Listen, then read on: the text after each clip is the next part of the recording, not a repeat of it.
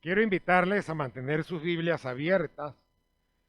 Allí en la carta del apóstol Pablo a los Efesios, en el capítulo 4, en los versículos 1 al 6.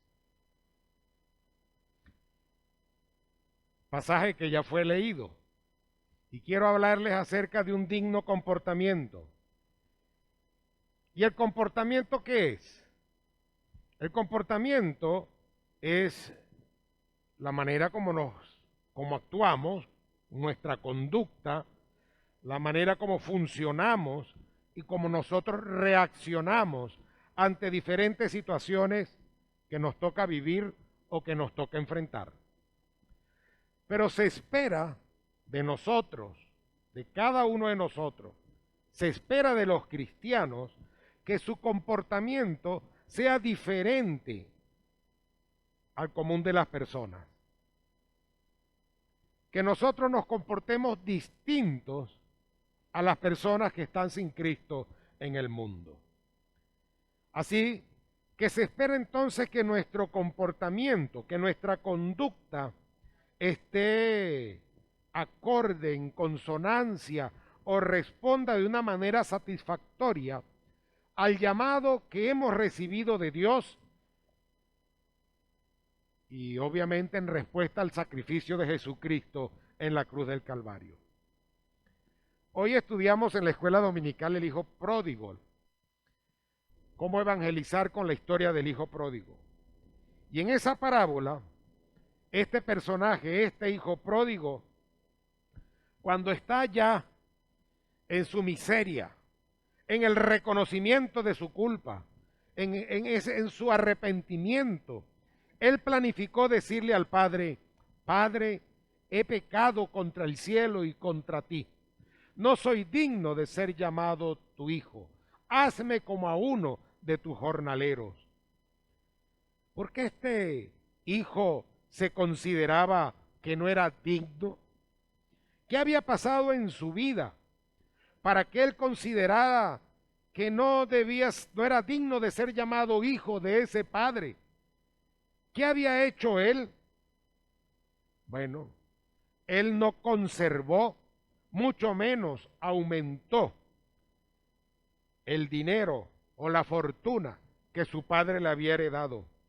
Malgastó sus bienes, vivió con desenfreno, haciendo todo lo malo. Había hecho todo lo que no se esperaba de él y todo lo que pudiera deshonrar a su padre. Hoy trataré con ustedes el tema de un digno comportamiento cristiano y les voy a decir tres cosas. La primera es que el comportamiento cristiano está acorde a la vocación con la que fuimos llamados. Segundo, que el comportamiento cristiano desarrolla virtudes, las vive, se evidencian.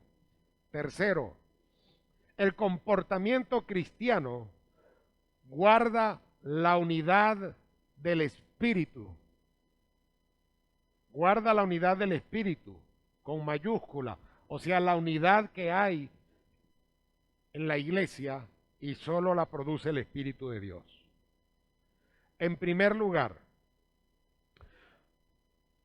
un digno comportamiento cristiano está acorde a la vocación con la que fuimos llamados. Así dice el texto en el versículo 1. Y la vocación, vamos a decir que es la inspiración, que es el llamado, que es el toque que hay en nuestra vida, que una persona siente que viene de parte de Dios, y es ese toque para que la persona lleve una forma de vida, para que la persona actúe de una manera específica o particular. Hemos sido llamados por Dios. ¿Ha pensado usted sobre para qué Dios le ha llamado? El por qué no lo merecemos, pero el para qué. Dice la Biblia que nosotros hemos sido llamados a su gloria eterna. ¿Ha pensado usted el significado, lo grande de ese llamado? Que usted ha sido llamado para participar de la gloria eterna del Hijo y del Padre y del Espíritu Santo? En Primera de Pedro, el capítulo 5, el versículo 10 nos dice: mas el Dios de toda gracia, que nos llamó a su gloria eterna en Jesucristo, después que hayáis padecido un poco de tiempo, Él mismo os perfeccione, anime, afirme, fortalezca y establezca. ¿A dónde hemos sido llamados, según la Biblia, después que padezcamos un poco de tiempo? A la gloria eterna del Señor. Pero hemos sido llamados por gracia, porque no merecíamos ese llamado. ¿Alguno de ustedes cree que merecía que Dios le llamara para entrar y para estar en esa gloria eterna, para disfrutar de los goces del Señor desde aquí hasta la eternidad? Nadie lo merece. No tenemos ningún mérito personal para ser llamados por Él. Sin embargo, la Biblia nos dice en Efesios 2, 8 al 9, que por gracia, hemos sido salvados por medio de la fe. Y esto no es que sea parte de nosotros, es un regalo de Dios, para que nadie tenga de qué jactarse y para que nadie tenga que decir: a mí por bonito, por chévere, por bueno o por lo que sea, Dios tuvo que llamarme. La Biblia nos enseña a través de la Escritura que Dios no solo nos conoce desde aún antes de nacer, desde el vientre de nuestras madres, sino que nos llama por su gracia, porque quiso, porque le dio la gana, aunque nosotros no lo merecíamos. Pero nos ha llamado con un propósito. ¿O usted cree que nos ha llamado simplemente para hacer lo chévere de la gloria eterna? ¿Usted cree que Él nos ha llamado simplemente para venir y sentarnos y alabar y adorar? ¿Usted cree que Él nos ha llamado para decir: sí, yo soy cristiano? Hemos sido llamados con propósitos específicos. Hemos sido llamados para cumplir una tarea general y una tarea específica dentro de lo que es la obra del Señor. Como tarea general, el propósito general, la Biblia nos ha enseñado: Marcos 16, id y predicad. Mateo 28, id y haced discípulos.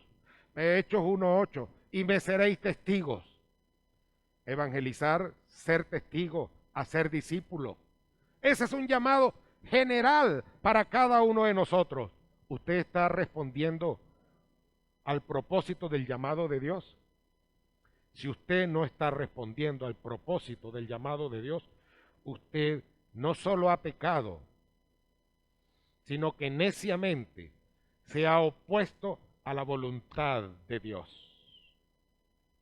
Pero hay propósitos más específicos.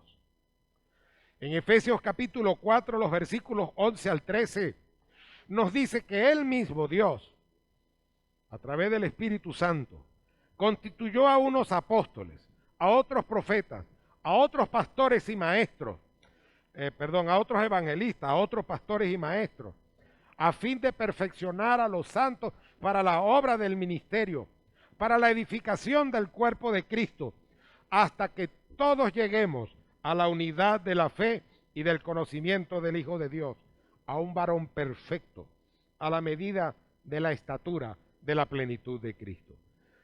Propósito específico. Él nos ha llamado y cuando nos llamó, nos capacitó. Porque puso en nosotros un algo que cada quien tiene que descubrir. Y nos llama y nos capacita para que nosotros perfeccionemos al que está a su lado, al que está detrás, al que está delante, al que está del otro lado, en la otra banca, para que perfeccionemos a la iglesia, a cada uno de los miembros, para servir en la obra de Dios. Y hay mucho campo donde servir. Hay mucho lugar donde servir. No nos limitemos nosotros con áreas o con espacios. nos llamó con el propósito de edificar a la iglesia. Edificar es construir, no es derribar, no es dañar, no es restar, no es disminuir, es construir, es levantar, es hacer mejor la iglesia. Ese es el propósito. Y entonces yo también pregunto, ¿dónde está la contribución que usted está dando para el propósito específico de Dios? Y también nos ha llamado para tener una unidad perfecta. Una unidad perfecta. ¿Cómo se rompe la unidad? La unidad se puede romper por tonterías. De mirame y no me toquéis, que dice el dicho. Que no me gusta que dijo, que no me gusta que hizo, que me cae mal. Me cae pesado. No lo soporto. O no la soporto.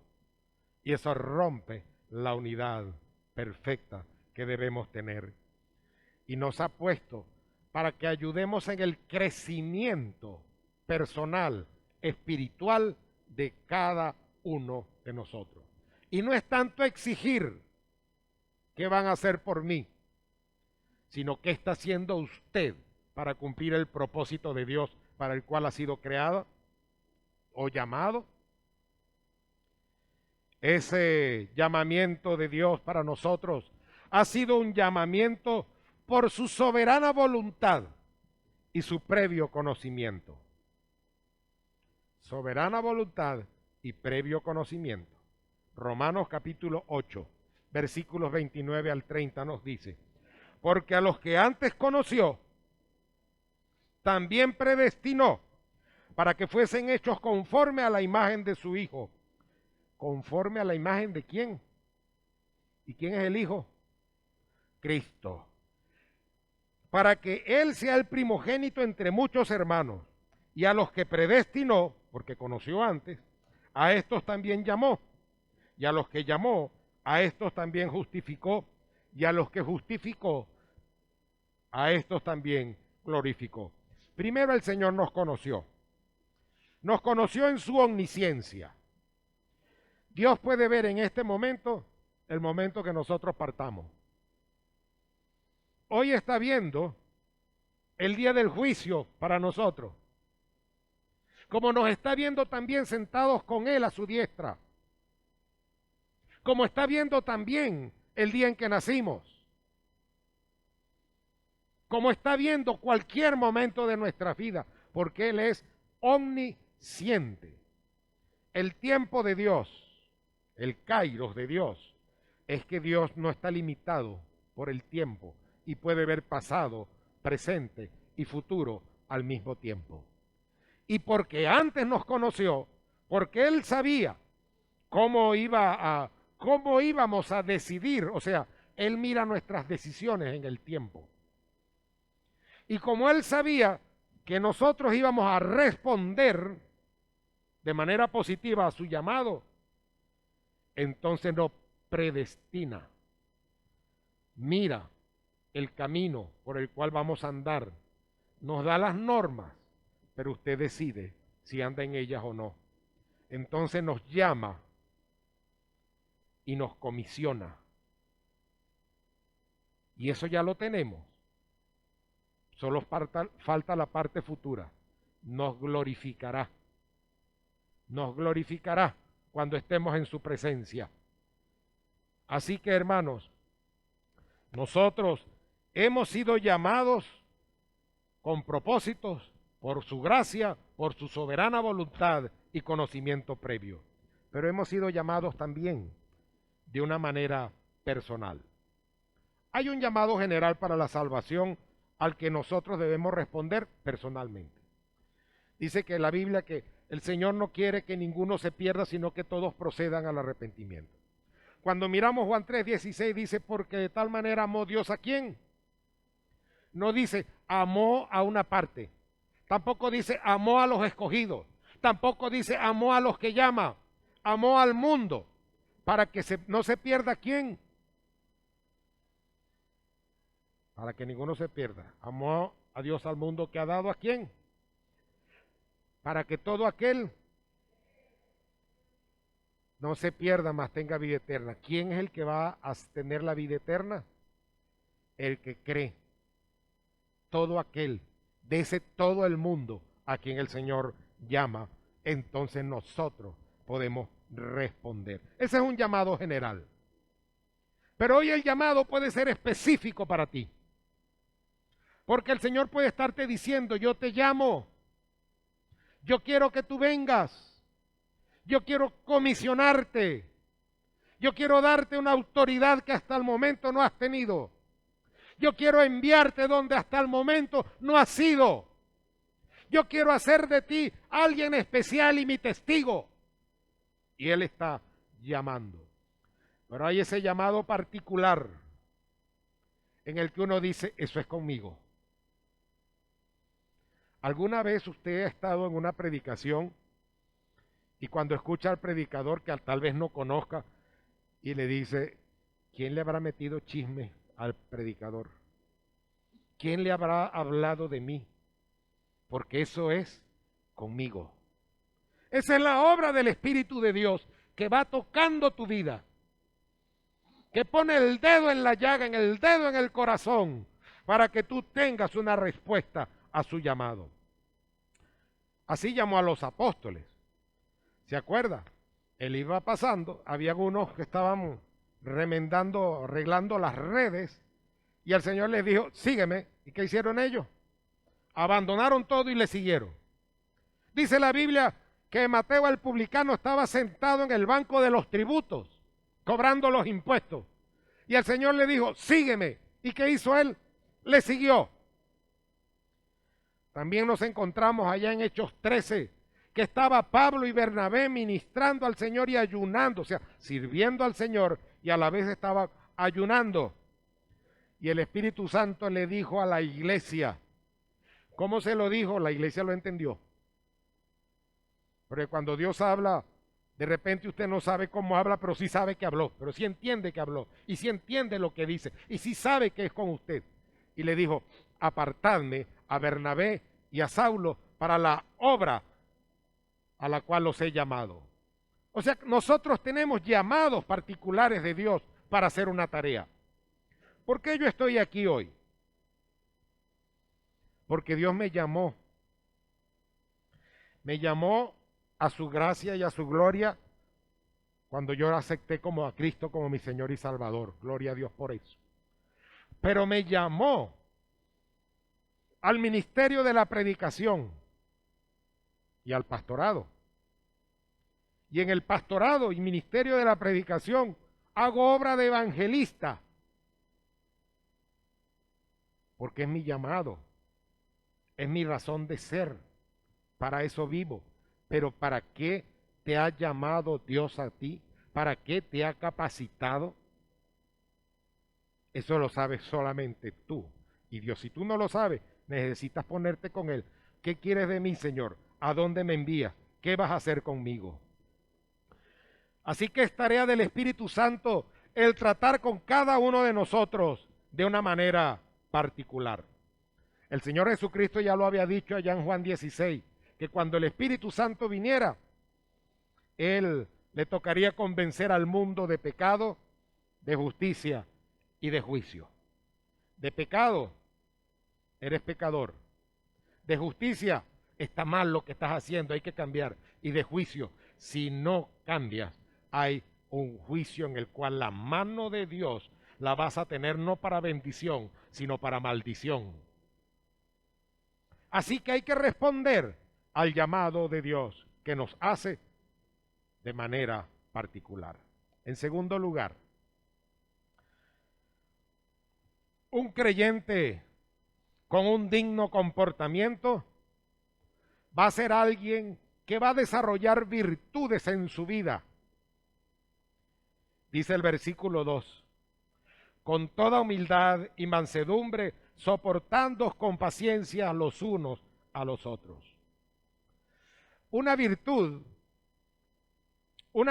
es una disposición del corazón, es una disposición personal propia de cada quien, que lo invita a obrar a partir del bien, a partir de la justicia y a partir de la verdad. Esa es una virtud. Si se obra a partir de la mentira, del engaño o de lo que no es verdad, entonces no es una virtud, es una desvirtud. Y aquí nos habla de las virtudes que debemos desarrollar. Y una de ellas es humildad. Humildad. Nosotros debemos ser conscientes de quiénes somos, conscientes de nuestras limitaciones, conscientes de nuestras debilidades, conscientes de dónde procedemos, que del polvo somos y al polvo volveremos. Y necesitamos revestirnos de humildad. Yo recuerdo una vez, ya el personaje murió y su esposa murió, así que puedo contarle la historia. Era un profesor y un domingo lo invitamos a recolectar las ofrendas. Y él pasó con desagrado. El director lo invitó a orar y él, antes de orar, advirtió que la próxima vez mandaran a otra persona sin estudios a recolectar la ofrenda, porque él era un profesional universitario. Yo era el pastor encargado en esa época, 1981, y le dije a los directores, más nunca, ni a orar siquiera en el templo, como un cero a la izquierda, y como un cero a la izquierda pasó el resto de su vida en la iglesia. Si él no podía recolectar las ofrendas, no podía hacer más nada. ¿No creen ustedes? Humildad. Necesitamos en realidad ser humildes en nuestras vidas. Debemos revestirnos de ella. Como dice Primera de Pedro 5:5. Le habla a los jóvenes, pero se aplica a todos. Igualmente, jóvenes, estad sujetos a los ancianos, y aquí no se refiere a los viejos, sino a los pastores. Y todos sumisos unos a otros, revestidos de humildad, porque Dios resiste a los soberbios y da gracia a los humildes. Porque Dios resiste a los soberbios y da gracia a los humildes. En la humildad debemos aprender a estimar a otros y a gozarnos por la bendición de otros. Y no encerrarnos en esos reconcomios que nosotros mismos armamos en nuestras cabezas. Como alguien pudiera decir, yo que he estudiado tanto, que tengo tantos posgrados, que tengo tantos doctorados y tanto esto, ¿cómo voy a ganar yo menos que fulano de tal que trabaja en una tienda en la avenida 20? Porque lo hay, hermano, lo hay. La persona donde yo compro el jamón y el queso para la merienda de los niños, le paga a sus empleados por semana el sueldo envidiable de cualquier profesional, médico, profesor universitario y todo eso. Parece mentira, ¿verdad? Entonces, voy yo a ponerme a decir, ¿por qué? Si yo me he quemado las pestañas y este no, pero es poner lomo. Dele gracias a Dios porque usted por lo menos aprendió, porque por lo menos sabe algo. Entonces, Dios resiste a los soberbios y Dios da gracia a los humildes. Debemos aprender a estimar a los otros, a valorar a los otros, a tenerles aprecio a las otras personas. Filipenses 2:3. Nada hagáis por contienda o por vanagloria, antes bien, con humildad, estimando cada uno a los demás como superiores a él mismo. Estimando cada uno a los demás como superiores a él mismo.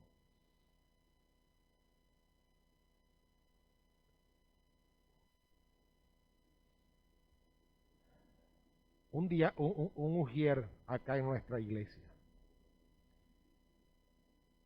sirviendo en la puerta.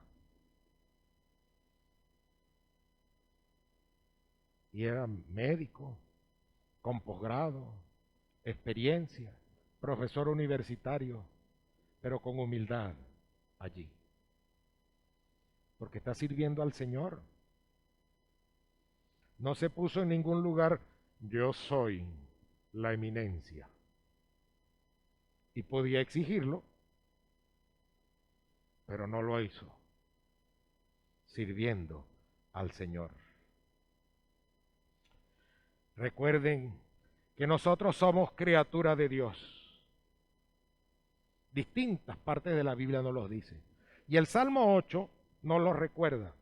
Cuando veo los cielos, que son obra de tus manos, la luna y las estrellas que tú formaste, digo, ¿qué es el hombre? ¿Qué soy yo? Para que tengas de él memoria, y el Hijo del Hombre para que lo visite. Sin embargo, Dios por su gracia nos llama. Así que hay que aprender a tener la humildad de vida. El segunda virtud, mansedumbre. Y esta mansedumbre a veces cuesta definirla. Alguien la ha puesto o la ha dicho que es la humildad al extremo.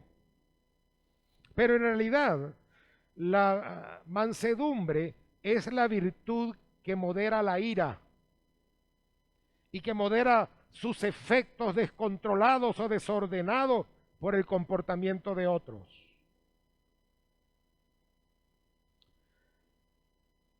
Alguien manso es alguien que está libre de arrogancia, es alguien que está libre de presunción.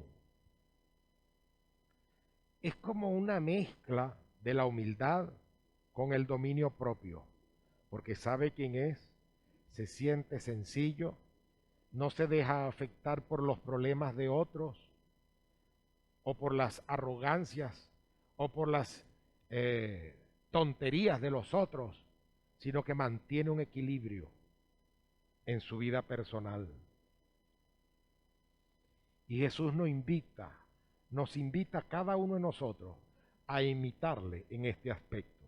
Él dijo allá en Mateo 11:29, llevad mi yugo sobre vosotros y aprended de mí, que soy manso y humilde de corazón, que soy manso y humilde, diferenciado, y hallaréis entonces descanso para vuestras almas. Aprender de Jesús, que siendo Dios, se despojó a sí mismo y se hizo hombre. Murió por tus pecados, por mis pecados, y él no tenía ninguno. Y eso lo llevó a la cruz, a sufrir la muerte terrible por nuestra culpa. Pero la mansedumbre es parte del fruto del Espíritu Santo. O sea que la mansedumbre es generada en nosotros por nuestra relación de comunión con el Espíritu Santo, por la dependencia y la sujeción que tenemos a Él. Cuando eso falta, cuando falta esa relación de sujeción, de obediencia y de sometimiento a la voluntad de Dios en nuestras vidas, no hay mansedumbre. Gálatas 5:22 al 23. Mas el fruto del Espíritu es amor, gozo, paz, paciencia, benignidad, bondad, fe, mansedumbre, templanza, que es el dominio propio. Contra tales cosas no hay ley. Pero la mansedumbre es una característica de los escogidos de Dios. Por eso Pablo nos exhorta allá en Colosenses 3:12 a vestirnos como escogidos de Dios, santos y amados, de entrañable misericordia, de benignidad, de humildad, de mansedumbre y de paciencia. Debemos tener mansedumbre para corregir y debemos tener mansedumbre para exhortar. La Biblia nos dice y nos enseña que aquellos que se oponen, nosotros debemos tratarlos con mansedumbre, tal vez se arrepientan. La Biblia nos dice que si alguno es sorprendido en alguna falta, nosotros, si somos espirituales, debemos restaurarlo con espíritu de mansedumbre, considerándote a ti mismo, no sea que tú también seas tentado. La mansedumbre. A veces escuchamos personas que dicen, yo tengo el don de exhortación, pero lo que tiene es el don de regaño. Y pareciera que lo hiciera con rabia. Entonces no tiene el don. Ni tiene el don, ni tiene la virtud de la mansedumbre. Hay personas que pueden llamar la atención, corregir o reprender, pero ¿qué es lo que está detrás? ¿Cuál es la motivación? Mostrarme que yo estoy por encima. O señalarle su mal proceder, porque yo soy santo, 3 veces santo. La motivación que pueda haber en nuestro corazón dañará entonces esa mansedumbre en nuestras vidas. La otra virtud es la paciencia. La paciencia, hay gente que dice, yo no le pido al Señor paciencia porque me trae problemas. Y porque es en los problemas donde vas a ejercitar la paciencia. Y la paciencia es la calma y la tranquilidad. La calma y la tranquilidad para esperar. Para esperar a pesar de tus dificultades, a pesar de las adversidades, a pesar de las luchas que puedas tener. La paciencia es la constancia valerosa que se opone al mal, pero también es fruto del Espíritu. O sea que también se desarrolla en nuestra relación y comunión con Dios. La paciencia soporta. Dios ha traído personas para probar la paciencia de cada uno. Me acuerdo de Carlitos Brand. Me probaba la paciencia. En una que otra oportunidad me hizo salir de mis cabales. Pero aprendí a que el Señor lo tenía allí era para moldearme, por lo menos a mí, y quién sabe a quién más. Y había que tratarlo con paciencia. Pablo le dice a Timoteo que sufra penalidades como buen soldado de Jesucristo y que se esforzara en la gracia que era en Cristo Jesús.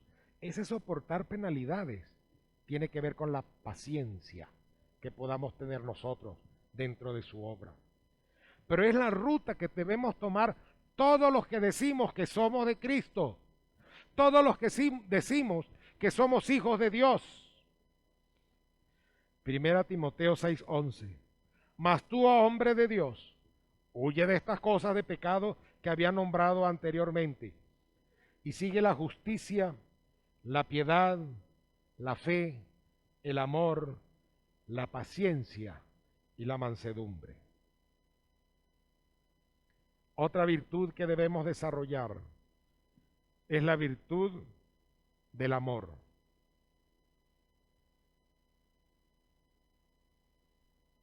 La virtud del amor. Y la Biblia nos dice que permanecen la fe, la esperanza y el amor. Pero la mayor de ellas, ¿cuál es? El amor. Son consideradas las 3 virtudes teologales.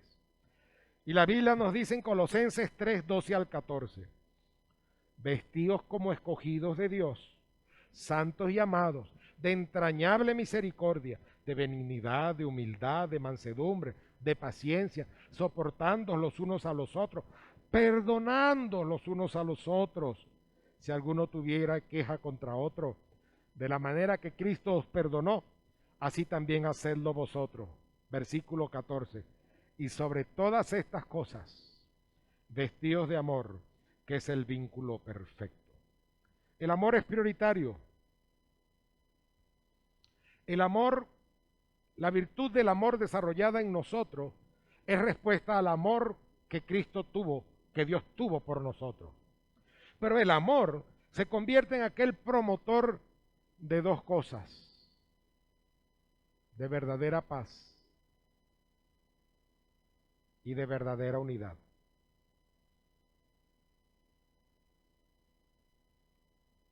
Hay problemas en nuestras vidas personales, de relación, en la familia, en el matrimonio, pero cuando hay amor, el amor es sobre todas esas cosas. Es lo que dice la Biblia. Y entonces el amor genera la paz y genera la unidad. En tercer lugar, un creyente, un cristiano con un comportamiento digno, guarda la unidad del Espíritu. Dice el versículo 3, solícitos en guardar la unidad del Espíritu en el vínculo de la paz. La unidad debe ser protegida. Dice que debe ser guardada. Guardar, solícitos en guardar la unidad. Debe ser, y ese guardar es atesorar, es valorar, pero también es proteger.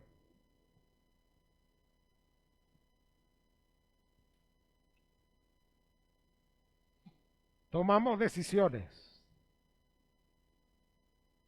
pero cuando vamos a la ejecución de las decisiones, no, que lo haga otro, yo no voy. Entonces, ¿dónde está la unidad? ¿Qué estás colaborando tú para la unidad? No, que yo estoy muy por encima de eso. ¿Será? Un creyente con un comportamiento digno contribuye a la unidad del cuerpo de Cristo. Y la iglesia es el cuerpo de Cristo. Y ese cuerpo de Cristo debe manifestarse bien concertado y unido, como nos dice Efesios 4, 15 al 16. Cuerpo bien concertado y unido para recibir el crecimiento, para seguir la verdad en amor, para edificarse en amor. En Corintios la Biblia nos dice que nosotros somos el cuerpo de Cristo y que somos miembros, cada uno en particular. 1 Corintios 12, versículos finales. El cristiano tiene un solo Dios manifestado en tres personas: Padre, Hijo y Espíritu Santo. Y eso es parte también de nuestra unidad. Lo vemos manifestado en distintos lugares, desde el Génesis, cuando la palabra Elohim es el plural de Dios, y cuando dice, hagamos al hombre a nuestra imagen y semejanza, ¿con quién estaba hablando Dios? Con los ángeles. Si eran los ángeles, entonces todos los ángeles son iguales a Dios. Era el Padre hablando con el Hijo y con el Espíritu Santo. Y el Elohim, cuando dice la Biblia, en el principio creó Dios, esa palabra que se usa para Dios es Elohim. Y se viene hablando en singular, pero se usa la palabra plural para hablar de la pluralidad que hay en Dios. En Mateo 28, 20 nos encomienda la evangelización, el hacer discípulos, bautizándolos en el nombre del Padre, del Hijo y del Espíritu Santo.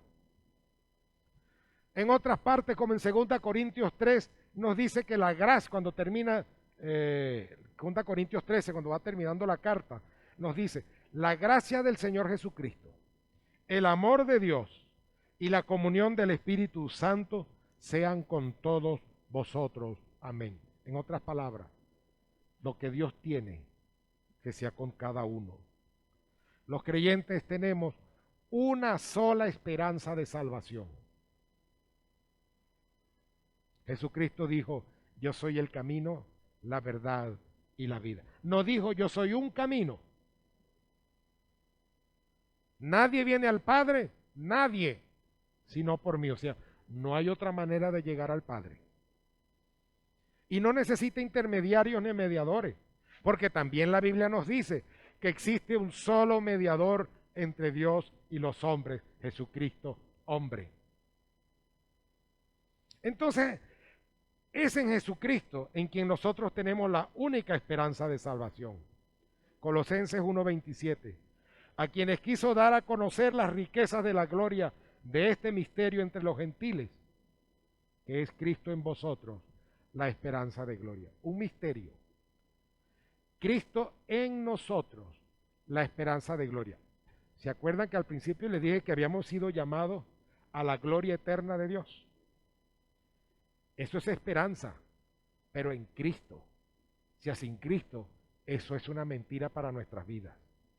Porque es en Cristo que hay la esperanza para el llamado de pertenecer o de estar en la gloria de Dios. Esa unidad debe ser procurada con diligencia o con solicitud, como dice la Biblia, solícitos en guardar la unidad. Y tener solicitud o tener diligencia es estar activo, es no ser perezoso, es cumplir compromiso, es ser entusiasta en lo que se hace.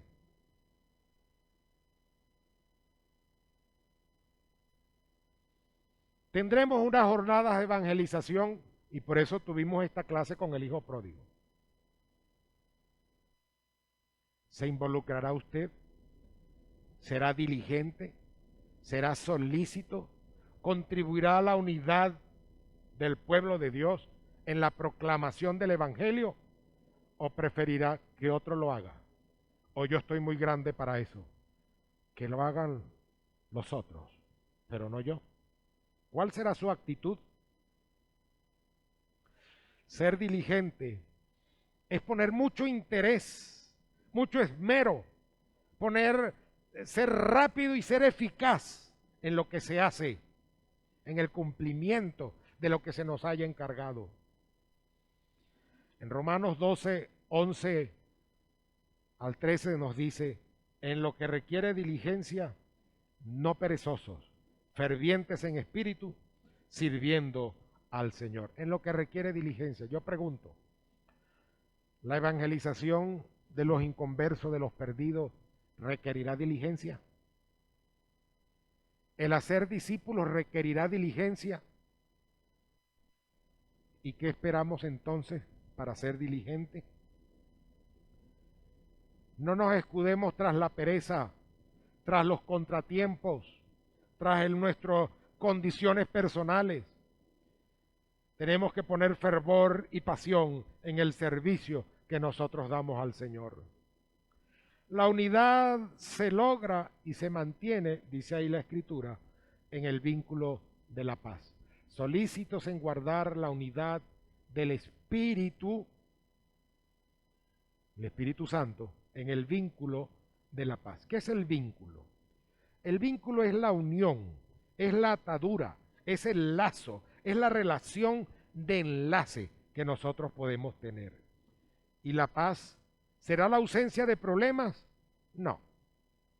Es un estado de bienestar y de tranquilidad, un estado pleno de tranquilidad y de paz causado por Dios en nuestras vidas, que se fortalece en una correcta relación con Dios y se demuestra en nuestras relaciones personales. Hay testimonios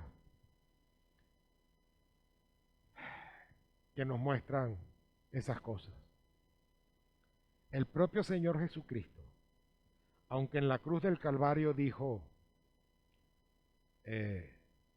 Dios mío, ¿por qué me has desamparado? Aún cargando nuestros pecados y pagando por nosotros, Él tenía la paz que solo Él podía tener porque era Dios, pero el sufrimiento porque era hombre.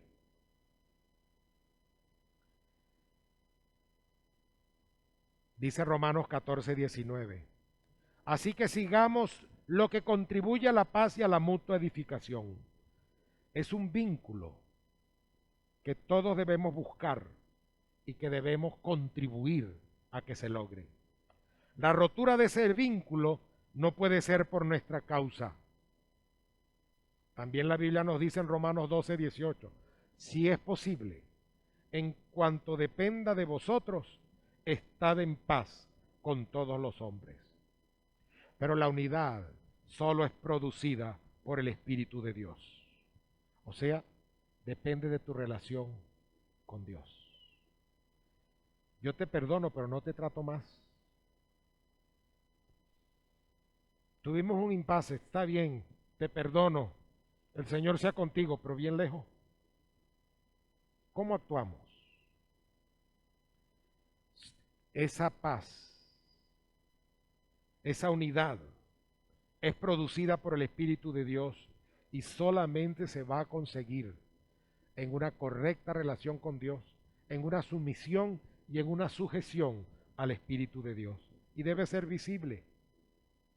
En la perfecta unidad del Espíritu que nosotros demostremos, aquellos que no conocen a Cristo, entonces le damos a ellos la oportunidad, si la observan y si se dan cuenta, de que ellos lleguen a conocer al Salvador. La gente llegó a decir de los discípulos, mira cómo se aman. El nombre de cristiano se nos dio porque decían, esos son pequeños Cristos. Porque antes de eso éramos los seguidores del camino o los discípulos. Pero a partir de ahí a manera de burla, sí, ellos quieren ser pequeños Cristos, pequeños Mesías. Juan 17, 22 al 23. La gloria que me diste, yo les he dado, la gloria que me diste, para que sean uno, así como nosotros somos uno. Yo en ellos y tú en mí, para que sean perfectos en unidad, perfectos en unidad, para que el mundo conozca que tú me enviaste y que los has amado a ellos como también a mí me has amado. La unidad del pueblo de Dios, de la iglesia, se constituye para nosotros en una meta constante que debemos perseguir y por la cual debemos trabajar. Efesios 4:13. Hasta que todos lleguemos a la unidad de la fe y del conocimiento del Hijo de Dios, a un varón perfecto, a la medida de la estatura de la plenitud de Cristo. No mire a otro de qué tamaño tiene. ¿Qué tamaño tiene usted?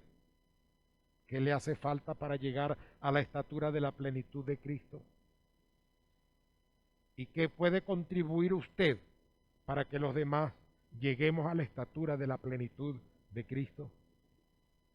Para concluir, hoy he tratado con ustedes el tema de un digno comportamiento cristiano y les dije 3 cosas. Vamos a recordar. La primera de ellas, ese comportamiento está acorde a la vocación con la cual a la cual fuimos llamados.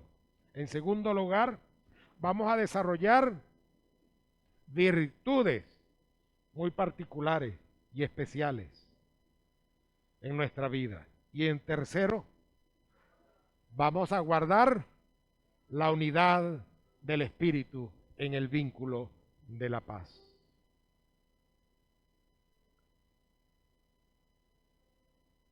¿Tienes un digno comportamiento? ¿En tu vida se evidencia que está acorde al llamado que te ha hecho Dios?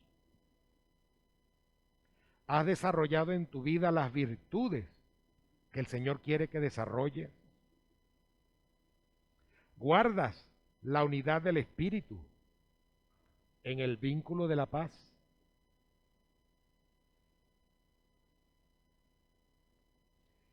Si el Señor nos lo exige a cada uno de nosotros, es porque nosotros podemos. Así que nos toca a nosotros hacer lo que sea necesario para tener ese digno comportamiento que el Señor reclama. que esté acorde a ese llamado que Él nos ha hecho, a ese llamado general, específico, para el cual nos ha capacitado y nos ha comisionado. Nosotros podemos desarrollar esas virtudes de la humildad, de la mansedumbre, de la paciencia, del amor en nuestras vidas. Y nosotros podemos ser personas que guardemos la unidad, que promovamos la unidad, que seamos agentes de unidad del Espíritu en el vínculo de la paz. Pero qué triste será. Vaya ese día cuando usted se presente delante de Dios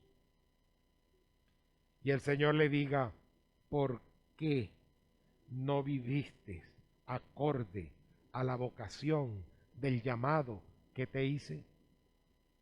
¿Por qué no desarrollaste las virtudes que pedí que desarrollaras? ¿Por qué no guardaste la unidad del Espíritu? Ya se situó usted en ese momento. ¿Cómo saldrá usted ante ese interrogatorio que el Señor le haga? Pero qué maravilloso será que el Señor diga, oye, tú te comportaste como yo quería. Tú desarrollaste las virtudes que pedí que desarrollaras. Y tú luchaste por la unidad del cuerpo de Cristo. Así que yo hoy te invito para que allí donde estás, si te encuentras en tu autoevaluación fallo, le digas al Señor, Señor, perdóname. Perdóname porque yo no he vivido acorde a esa vocación con la cual me llamaste. Perdóname porque he perdido el tiempo y no he desarrollado las virtudes que tú esperabas que desarrollara. Perdóname porque no he guardado la unidad del Espíritu en el vínculo de la paz. Pero dígale, Señor, yo me comprometo a cambiar mi vida. Me comprometo a vivir acorde a ese llamado que tú me has hecho. Me comprometo a desarrollar en mi vida las virtudes que tú quieres que desarrolle. Y me comprometo a guardar la unidad del Espíritu en el vínculo de la paz.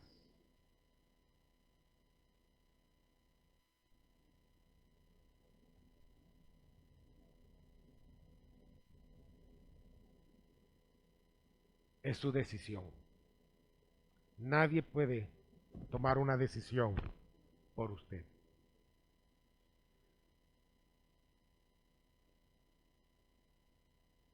En alguno de esos tres aspectos, usted siente que ha fallado y quisiera que yo orara por usted en este momento. Si es así, yo le quisiera pedir que se ponga de pie donde está y yo voy a orar por usted para que su vida marche acorde a la vocación que ha recibido, para que usted desarrolle las virtudes que el Espíritu y que la palabra de Dios exige que usted desarrolle, y para que usted sea un agente de unidad, alguien que guarde la unidad en el Espíritu.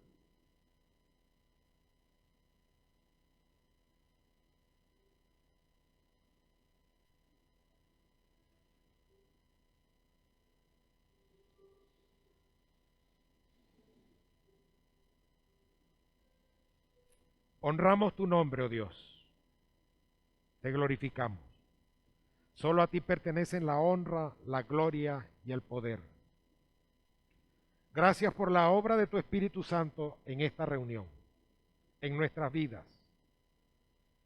Pero ahora, Señor, queremos clamar ante ti para que nos ayudes, oh Dios, a ajustar nuestra vida a esa vocación para la cual nos has llamado. Que fortalezca nuestras vidas para desarrollar las virtudes que quieres que desarrollemos y que no estamos haciendo bien. Que seamos los instrumentos en tus manos para guardar la unidad del Espíritu en el vínculo de la paz. Y en tus manos coloco, Señor, cada una de estas personas que hoy viene a ti para decirte, Señor, ayúdame a tener un digno comportamiento. Y en Cristo Jesús oramos, pidiendo tu bendición sobre cada uno de ellos, para que nos uses a todos, Señor, como ese instrumento en tus manos para bendecir otras vidas, para bendecir la iglesia y para bendecir a aquellos que no te conocen, para traerlos a ti. Y en Cristo Jesús oramos y damos gracias. Amén y amén.